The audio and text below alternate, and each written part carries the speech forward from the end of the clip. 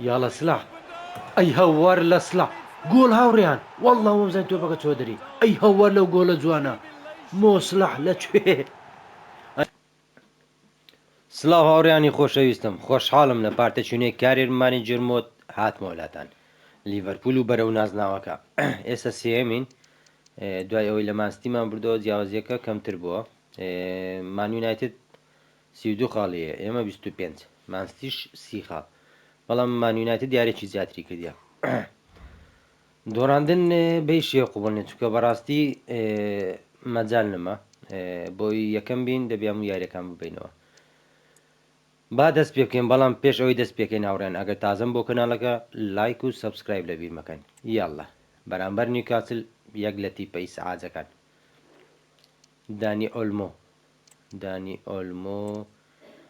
وڵی جۆنس بەڕاستی سەلماندیتی یانی ئەساسە یاری پێ دەکەین زۆرترین جەمال موسیالەش ماشەڵڵا هێشتا ناتیتەوە تەسەوڕ دەکەم یاری داهاتوو بێتەوە یاری داهاتوو جەمال موسیالە زۆر لە مێژە موساوە ئاراخۆش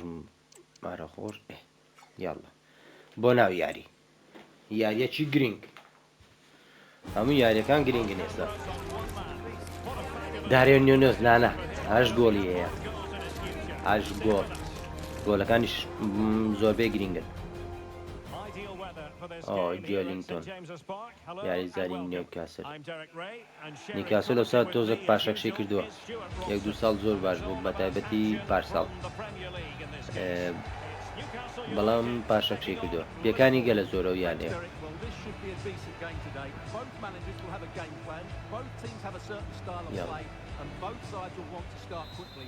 یاڵڵا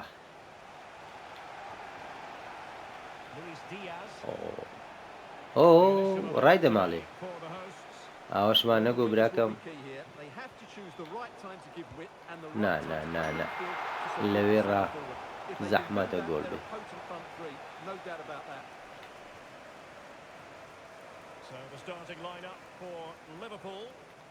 Well, it's a 4-3-3 with two out-and-out wingers, but they do vary their movement. They give width, but they also make diagonal runs infield when the ball's on the opposite flank. Their performances will be key today. والله جوانە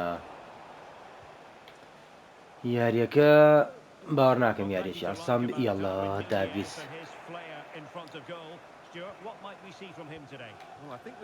ڤاندایک بۆ بەربووە نان ئەوەمزانێ خۆم وەرم گرت بەڵام هەدیە ئەو نا وەڵڵا گۆڵ یەکەم بۆ نیوکاسل گۆردۆن یاریزانی پێشووی ئیڤەرتۆن دووبارە هەڵەیەک لە بەرگری کار و گۆڵ یەکەم بەداخۆ وەڵی ناودەستە یعنی ڕایە دەبەوە تۆپە دەربێنێ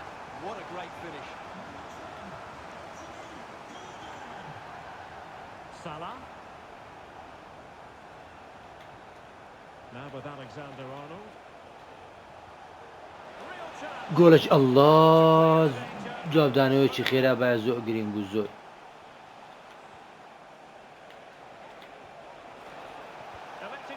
یاڵڵا جۆنس شوتەکە لاواز بوو بەداخۆ ئەوستەکە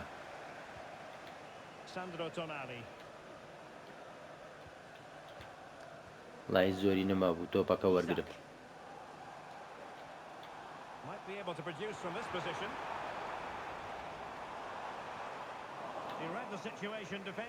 یاڵڵا مەجالە دەی نۆنێز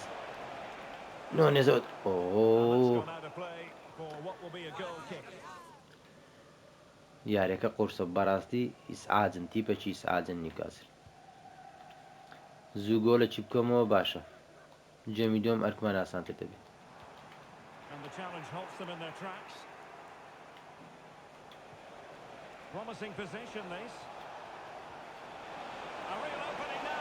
یاڵڵا سلاح گۆڵی بەرامبەر ئای لە سلاح ئای بژی سلاح نانە تاکتیکێکی جوان لە محەممەد سلاح گۆڵی بەرامبەر لە کاتێکی زۆر زۆر باش He beats the defenders so easily with a change of pace, and then it's a decent زۆر بە هێواشی و That's a very good goal, you have بۆ to say. ناو گۆڵ So back underway following the ئەو گۆڵە زۆر equaliser. گرنگ بوو لەو کاتە باشە Joe Willock. دەستخۆش جۆنس ئەو فاول Play, says the referee.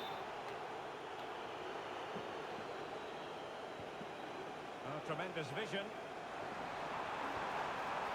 نانە ڤاندایک لێرێ ئەو جارێ Concentration بەڵام for the گۆڵ چی maximum, and he did. یارێکی خێرا و خۆشە Nunez. یاڵە سلاح گۆڵی دووەم دەی محەممەد سلاح ئەڵڵا لە سلاح Touched onto the woodwork. گوناحە گۆڵ نییە وەڵڵا گوناحە Anthony Gordon. ئێلۆ فاول لۆ Happy with the challenge and blows for a free kick. بەداخۆ فاول لە شوێنێکی مەترسی دار And clears the danger. عافیە داوید ڕایە نەدەبا گۆل یەکەمیش خۆی براکەم تۆپەکە دەردات Rodri. یار نۆنێز ئەی هەوار لە نۆنێز ئەو تۆپەوە ناگ خەتا بوو Joelinton. ئەو تۆپ لەکوێیە وەڵە Free kick ئەی awarded پالی to خۆمە Liverpool.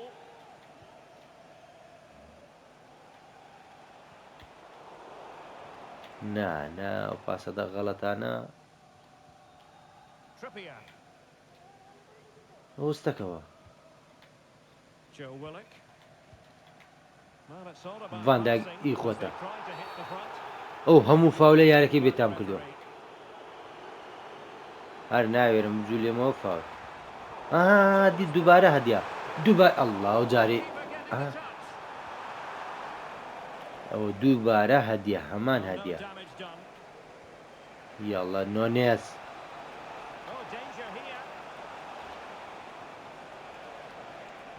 یاڵە نۆنێس نابی بچێنی نۆنێس ئۆفساید Offside, not that anyone knew. بەداخە ئۆفساید بەڵام نۆنێس هەر گۆڵی نەکرد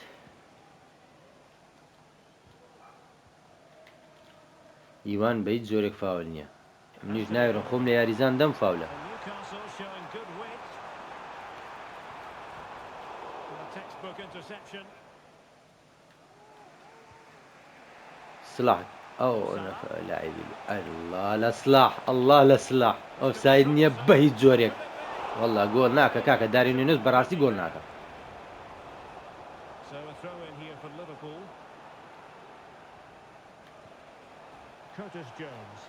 جۆنس Oh, he's got for جۆنس ئەلله لە جۆنس for power and so close. to بەڕاستی finding یاریزانێکی شازە Well, as you can see, this has been a وابزانم very دانی open ئۆلمۆتەوە contest. Chances at both ends. Plenty نرخەکی of باشی attacking پێ بدەن play, دەیفرۆشم and it's been really entertaining. جۆنس هەم لاوە هەمیش یاریزانی خۆمانە نەکەی بژی ڤاندایک لەکوێ هاتۆ خۆی دایە بەرتۆپەکە Let's see what they can do with this corner. Well, they won't get too many يلا، chances, بس باسات ما so they need دكاكا. to make the most of this. دەستخۆش Well, capable of a better نۆنێس clearance than that. نۆنێس And defensive resilience there. یاڵە یاڵە یاڵە And the referee says play on Luis advantage Diaz. Liverpool. یاڵە دیاز Darwin Nunez. نا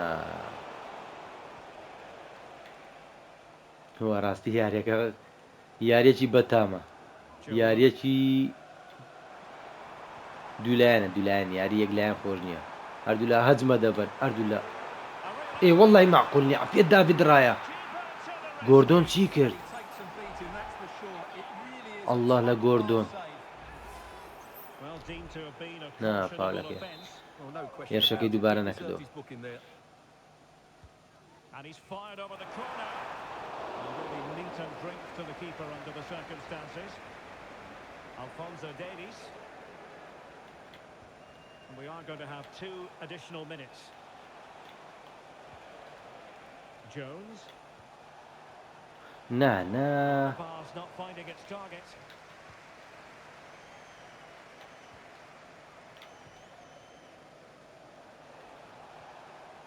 Jones. ئەو کۆتایی جێم یەکەم Halfway mark here at کەس لە کەس باشتر نییە، یەک بەرامبەر یەک. پێویستە جێمی دووەم شتێک بکەین. بنەوەی یاریەکان زۆر گرینگە، کە جیاوازیەکەمان لەگەڵ یەکەم و دووەم تۆزە زیادە زۆرە. عافیە سلاح. Curtis Jones.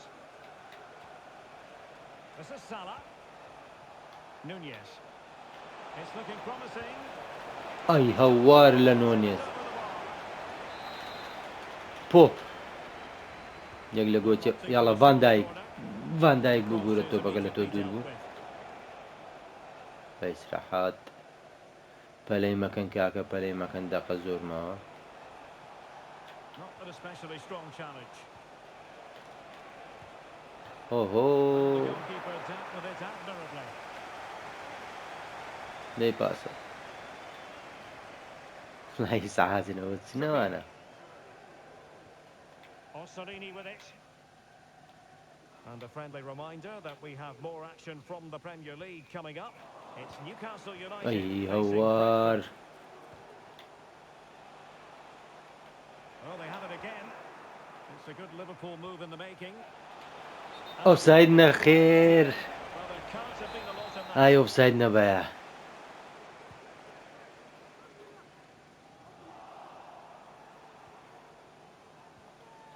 پاسال دەنۆنێز.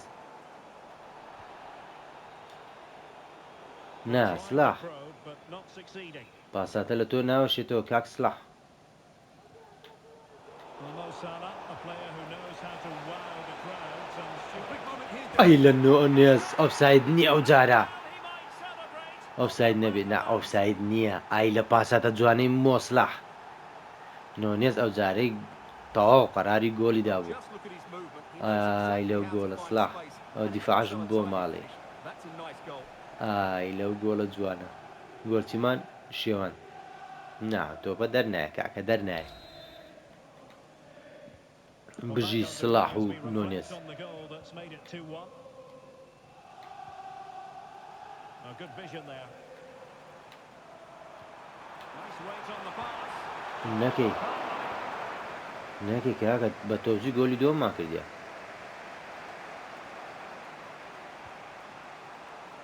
Well, this is the home of live football, EA TV, and we have more action coming up from the Premier League for you. Leon Derek, what a chance this is.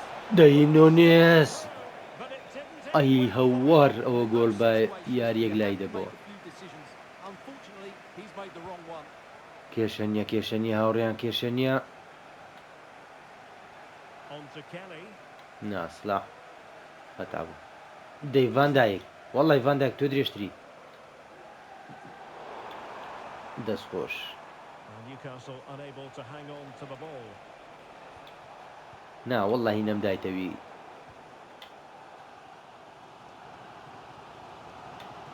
Isak trying to influence the game from a deeper position. ئارنۆتیش پارێکی باشی پێ بدەن دەیفرۆشن. And the shot. Keeper did his job to begin with. چکە بەڕاستی لایەنی بەرگریەکەی زۆر خراپە. Well, Newcastle have to keep going here. So close to getting the equaliser there. وەڵی نۆنێز ئەو تۆپانە معقول نییە. دەستخۆش جۆنس. Plenty of support here. Might work out. ئۆفساید نییە.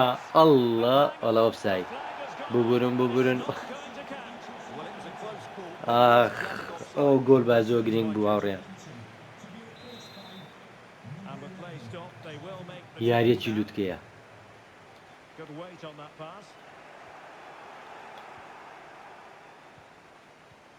20 minutes to go. وەڵی هەندێک پاساتیە FC 25 گلیچە بەڕاستی گلیچە. پاساتمدا هەموو یاریزانێک بەس مۆسلاح نەبێت تۆپەکەش لۆ مەسلاح ڕۆی. It's opening up for them. ئەو پەلەکردنە باش نییە. Sandro Tonali. Gordon. تیپێکی باش و ئیسعاجن. یاڵە ئای Spot on بتخۆن. with that challenge. Luis Luis Diaz. دەی جۆنس وڵات دەرەقەتێ یاریزانانی نایە باوەڕ ناکەم ئەخت تو شەرەف ئەوە چ پاسادەک بوو ئەی هەوار لەکوێ بۆکوێ Tonali with it. Isak. ئۆفساید دقی هەفتا هەفتە بە زۆر جام ئاوڕێن یەک دوو یاریزان تەبدیلکەین ئۆلمۆ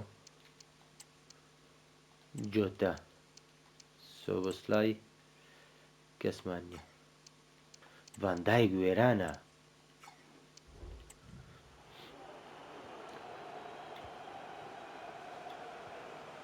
Jones.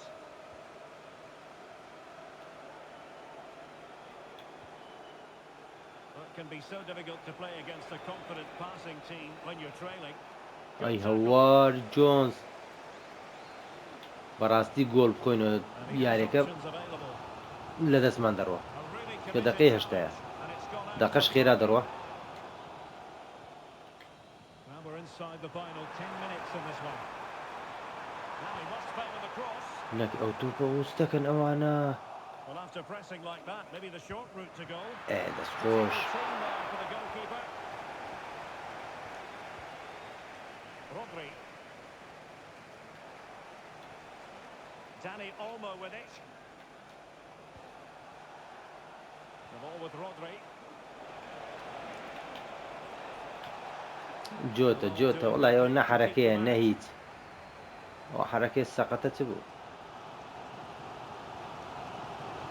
ئەی دەستخۆش Newcastle will ئەی هێشتا و پێنج وابزانم کردیانە تاو هێرش بەری substitution. کێشەمان نیە ناترسین ناترسین ناترسین بە هیچ جۆرێک ناترسین ئێ دەستخۆش They find an equaliser. ناترسین کاکە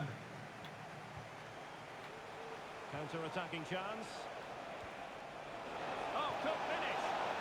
نای بەس شوتەکە نۆنێز ئەو کۆرنەر هاوڕێیان یاریەکەمان بردەوە هیچ کێشەمان نییە دەقە They favoured a خلاص short بوو one here. And pulled back.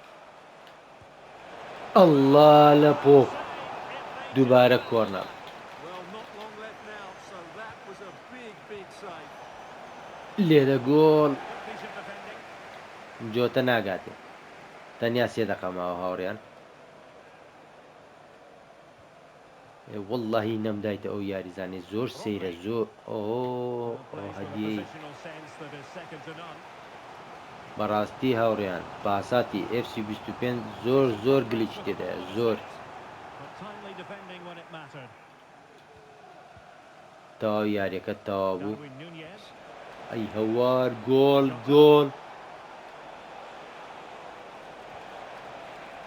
Szoboszlai. ئەی هەوار یاریەکەش کۆتایی پێیا داوڕێیان So this match سێ خاڵی یەکجار گرنگ and it goes down لە ناو نیوکاسل victory.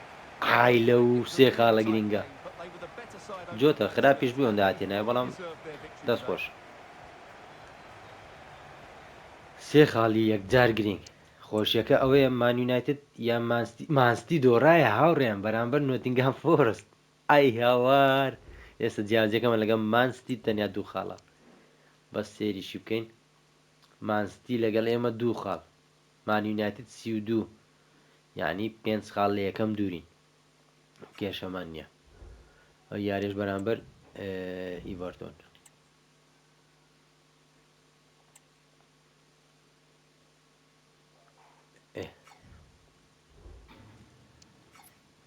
نانا ئەومان ناوێت یاری بەرامبەر ئێڤەرتۆن بیاکە سەباب چینە ناو یاری هاوڕێن پێدەچی ئێڤەرتۆنیش وەزعی خراپ نەبێت چونکە دێمە یاڵڵا بۆ ناو یاری بەرامبەر ئیڤەرتۆن جەمال گەڕابیەوە زۆر خۆشە جەمال بابزانین هاوڕێیان جەمال ئەڵڵا جەمال موسیالە گەڕایەوە لە کۆتایی یاوار جەمال بتبینین یەکەم یاری ئاگر بکەوە وەڵڵا جەمال گەڕایەوە هاوڕێیان پاش چەند جەولە وەڵڵای گەلە زۆرە نزیکەی 4 مانگ نزیکەی 4 مانگ یەکەم یاری جەمال موسیالە بابزانین چما پێشکەش دەکات ئەو یاریش وا ئاسان نییە هاوڕێن ئیڤەتۆن بەرام لە ناو یاریگای خۆی دیفاعەکی زۆر خراپ یاری دەکات والله جوانە و لەختانە ئای والله جوانە Hello to you from Liverpool, a city alive with excitement most of the Topi time, yari. but especially on derby days. I'm Guy Mowbray with Sue Smith alongside me for Everton versus Liverpool. یاڵە کامل تەشکیلەی هاوڕێیان دوای چەند هەفتەیەکی یەکجار زۆر گەرانەوەی جەمال موسیالە تۆزێک بۆ ئەوە خراپ بوو This is how Everton line up. ئۆی والله تۆپە ڕۆیش بە نۆنێز ڕەحمی نەدەکرد گەرانەوەی جەمال موسیالە هەز دەکەم بۆ جۆنس تۆزە خراپە دەبێت جۆنس و سۆبۆسلای بەنۆرە یاری پێ بکەم نەکەی ئێدەست خۆش And the attack is over. Really good defending.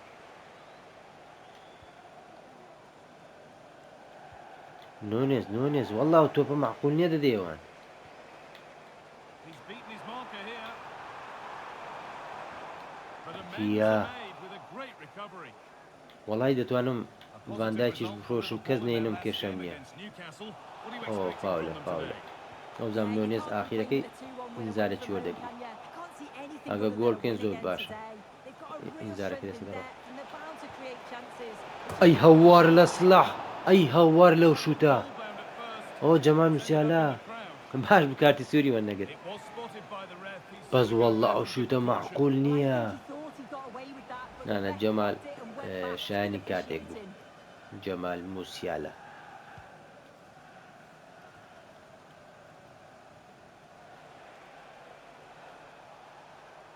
Could be something building for Liverpool here. یاڵە سلاح ئەی هەوار لە سلاح گۆڵ هاوڕێیان والله وەمزان تۆپەکە چۆدەری ئەی هەوار لەو گۆڵە جوانە مۆسلح لەکوێ ئەی هەوار لەو گۆڵە جوانە ئەوە چۆن باوەڕ ناکەمە تۆپەکە چۆن ناوگۆڕ ئەی هەوار لەکوێڕە والله گۆڵێکی ئەڵڵاه والله نازدارە و گۆڵە ئەڵڵاه لەو گۆڵە مۆسلح دویاری ئاگر دەکاتەوە بژی مۆسلح جەمال موسیالە جێمی دوم دەوی داینیشێنی گەرانەوەی جەمال موسیالە عین کۆتایی دانی ئۆلمۆ Kyogo Furuhashi. Good ball in behind. دەستخۆش ئارنۆڵد Ball won at the cost of a corner. یاریەکەی دیگلەیمان زۆر لێ هەبوو ئەو یاریە هەز دەکەم نەکەی He found himself in. He really should be tested. یاریەکی خۆشە چاوەڕێم نەدەکرد هەستم دەکرد ئیڤەرتۆن تەواو لە پشتۆ یاری دەکەم بەڵام باشە Now Konate. Liverpool trying to get things moving. Salah. Now to deliver a good ball in. Nunez.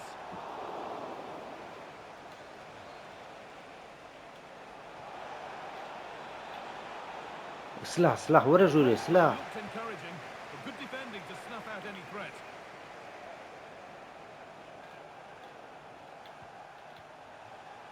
Salah.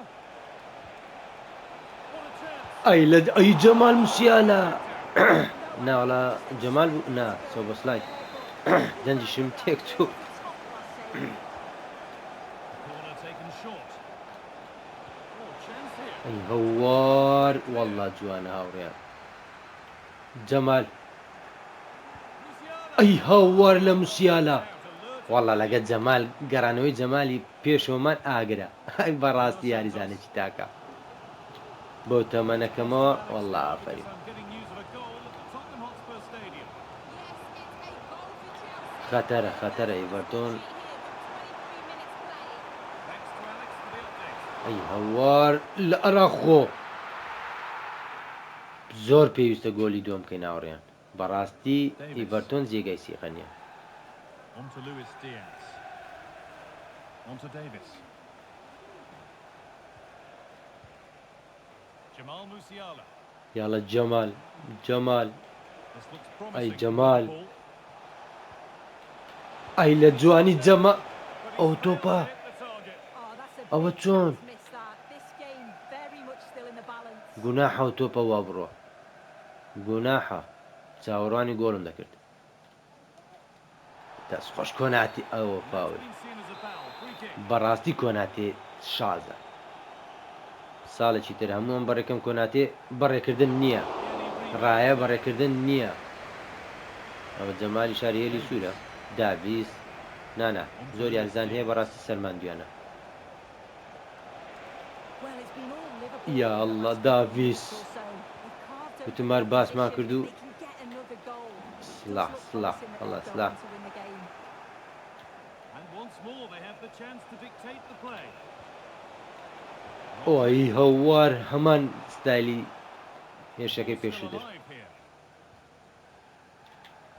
And that one is Jamal. away.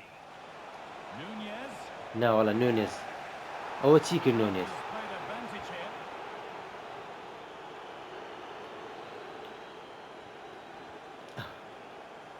Getting a bit congested in the middle of the park.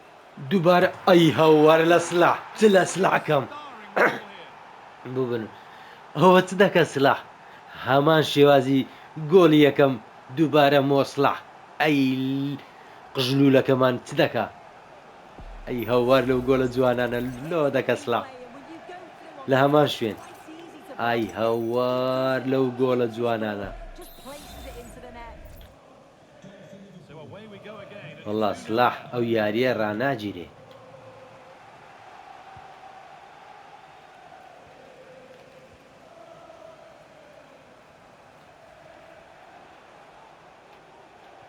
یاڵە جەمال Szoboszlai. جەمال نمایش Nunez. Salah. سلاح دووبارە سێب ئەڵڵا لە سلاح ئەڵڵا سێ گۆلی هەمان شێوە Class in finishing to complete وەڵا his سلاح hat-trick. ئەو یاریە بەڕاستی پیاوی یاریەکەیە هەڵڵا لە سلاح باوەڕ ناکەم Well, if we سێ look شوت at لە this هەمان game, شوێن it shows great vision ئەڵڵا of ئەو the way یاریزانە they بۆوا want ڕۆی to do. But there's پەلەی still بوو plenty to do, ئەڵڵا to لەو be fair. گۆڵانە He's hit it with lots of پیفۆرد pace, گۆلچی lots of ئیڤەرتۆنیەتی power, پێ and ناکرێ keepers هاوڕێن can't react in time. تاوە Really جەمال good میشیالە strike. جێمی دۆم یەکەوسەر دایدەنیشێنی Jack Harrison. جێمی یەکەم نا تۆزە Kyogo. عیبە جەمال میشیالە ئەو ماوە زۆرە چاوەڕێ دەکەین Work pays off as they get the ball back. وڵا کاکا من ئەوەکەی فێر بووم ئەلێرە سلاح بڕوە Salah.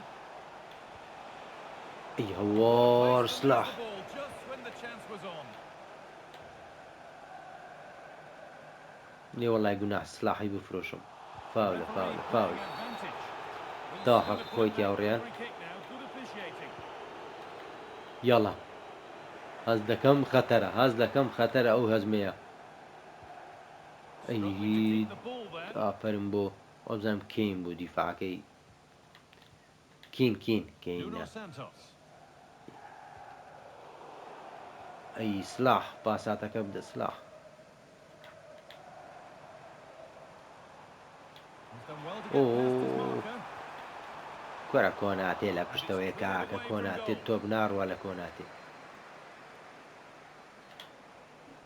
ئێ وەڵای پاساتمدایە معقول نییە ئەو فاول نییە Just needs the composure now. نا نا نا He's نا done نا really well to زۆر get هەڵی that out. ئەو یاریە ڕۆی نانە ئێستا بەڕاستی تیپێکێکدا That's gonna be بێزیم it for the first half here at Goodison Park.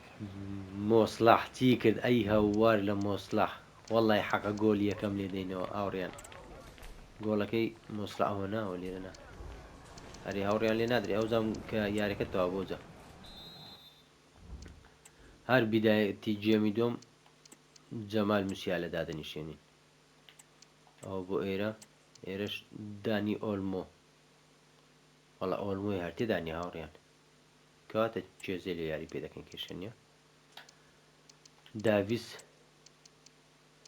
ئاراخۆک و بارسی یاڵڵا پشومان بە زۆر بەیاندا The first kick of یاریەکی the second half, a ئاگرین game that's being dominated by وەڵا Liverpool. یاریەکی ئاسلاح یاریەکەی زۆر زۆر لە ئاسان کردین بەڕاستی Luis Diaz.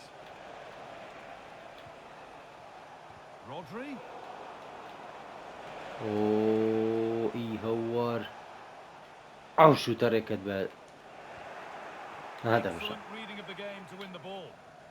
حەزم لێ بوو جەمال گۆڵێکی کرد بە جەمال موسیالە بەڵام Abdoulaye Doucouré. سەلامەتی ئەو گرنگترە Nuno Santos. تقریبان دێ یاریە زیاتریش بە هەفتال ئەوروپاوە یاری نەکردەوە Nunez. سلاح دووبارێکەوە سلاح He'll take this on. کورە سلاح شعبەت نازانی بەخوای یاوار گۆڵ نەبوو Got it and will hold on. Yeah, I think هەر لەو it's شەی just شوتم a کرد relief to باوەڕکە see that ناوەڕێن chance end up in his hands. He's خۆ so unfortunate خەریک not بوو to گۆڵ بێ score. A little careless there as the ball changes hands. ئەی هەوار لەو سلاح ئەو یاریە بۆوە دەکا Remember to check back in with EA TV soon with more Premier League coming up as Everton face Arsenal. Be sure to tune in for that. یاڵڵا ئەو هەموو شوتە Sloppy on the ball there. Good ball in behind. نان ئەی هەوار گۆڵێکی جوان دە باوەڕێیان Well, it's a brilliant attacking display. So much quality in the final third. And the finishes have been really clinical. The back line just doesn't have the answers. They need to کۆناتێ لێرەیە organise لە هیچ themselves یاریزانێک properly, but ناترسین this could بەڕاستی be a کۆناتێ headache تایبەتە for them. نا کاکە و پاسەدا هەڵا نەچێت Well, we've witnessed a starring role from Mohamed Salah to this point. He's been wonderful to watch. Yeah, that's one of the best first half performances I've seen in a long time. کاکە No نا worries وەڵی about نۆنێ the شوتەکانت ball. خوارە ببوورە Absolutely dominant. And now it's بە ساوڕێیان حەز دەکەم نۆنێس جۆتە یاڵ just a question of how many is he going to وەڵڵا get. سلاح ئەو یاریە بەڕاستی ئاگرە هەر تایبەتە زۆر تایبەتە مۆسلاح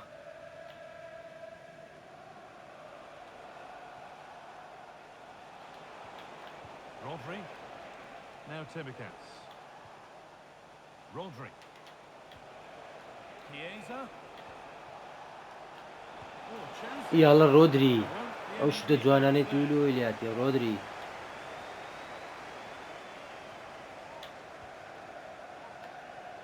یاڵە ئی خۆمان ئەیە Surely سیمیکاس they need to play a little bit higher up the field. جۆنس لە مێژە گۆلت نەکردو جۆنس وەڵا پیکفۆرد پاش سێ گۆلەکە بەڕاستی بەلای کەم سێ گۆلی تر دێنینە دەزاویە ئەی هۆچی زاوی نەبوو وەڵاوانیش تااقەتیان نەما Jones. ئەی هەوار تۆم ناچێتە گۆل کاکە You'd expect him to put دەبوو ئەنجامەکە زۆر گەورەتر بێت جوانە himself کێشەمان نییە against putting it in. کێشەمان نییە Cut back nicely. وار تۆم ناچێتە گۆل To avert the ڕاست چەپ سەر بەزمە بەدەست شوتکەین ناچێتە گۆل Chiesa. کێزا ئەڵڵا لە پیکفۆرد Really good. سێ گۆلی خواردەوە باوەڕکەن باشترین یاریزانیارێکەش ئەوە چەند تۆپ دەربێنی Short corner taken here. ئەی هەوار پیکفۆرد لەم شوێنەکە And it might have been something. دیارە پیکفۆرد بەس بە شوتی سلاح گۆڵ دەخوا ئەوجاری ڕێکەوی شوتەکی تر لێ دەدەیم زانین سلاح دووبارە گۆڵێکی خەیاڵیمان بۆ ناکە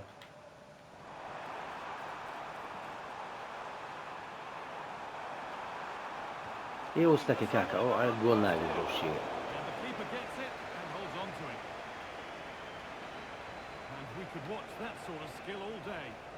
A chance now for a quick transition. یاڵڵا Stopped in their tracks with a change in possession. جۆتا هەڵا وزام شوت بە هیچیان نەکەم تەنیا بە مۆسلاح It's all a bit too crammed in the thick of it here. مۆسلاح تۆ مسام مەکەوە کاکە واز لە گۆڵ مینە هیچمان نایە They're being afforded too much space here.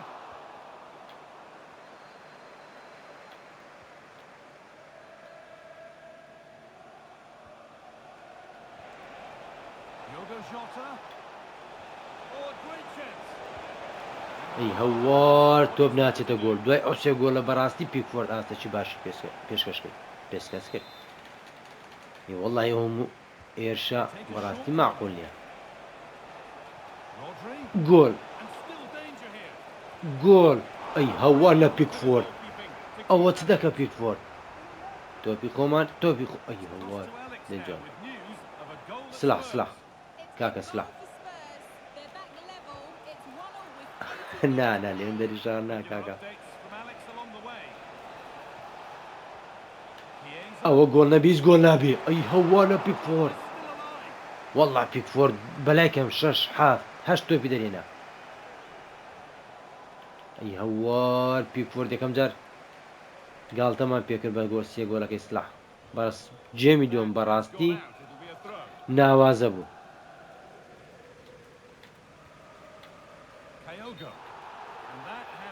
دەقی 84 هەوڕێیان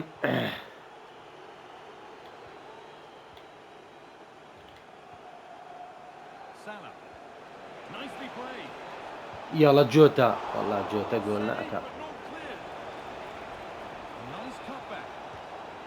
ئەوە چ دەکەوە ئای هەوار کەس لێ نییە ناوەندم چۆن هەموو هێرش دەبن کۆناتێەوە دوو تۆپە خراپە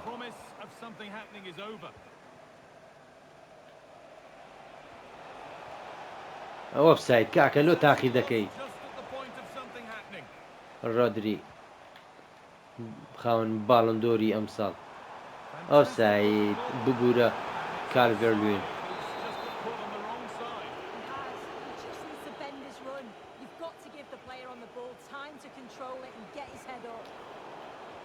وەڵا فاول کاکە فاولە نامانێ فاولمانێ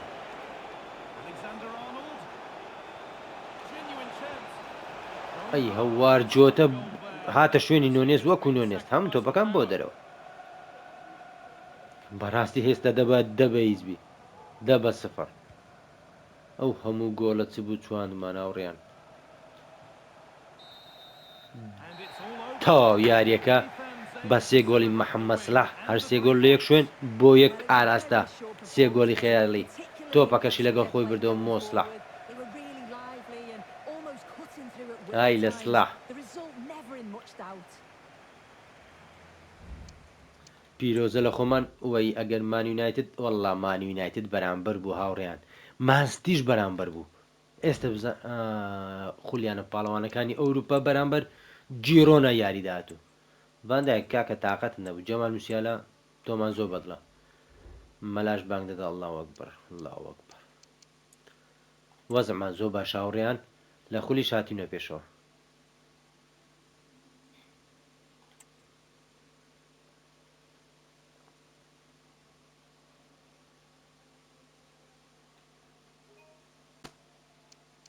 یاریداهاتوو بەرامبەر جیرۆنەوە گوتم بەڵام هاوڕێیان با ڤیدیۆکەلەوە درێژتر نەبێتەوە ئینشاڵڵا لە پارتی داهاتوو دێم وەلاتان تا ئەو کاتە کاتێکی خۆش بۆ هەمووتان دەخوازم خواتان لەگەڵ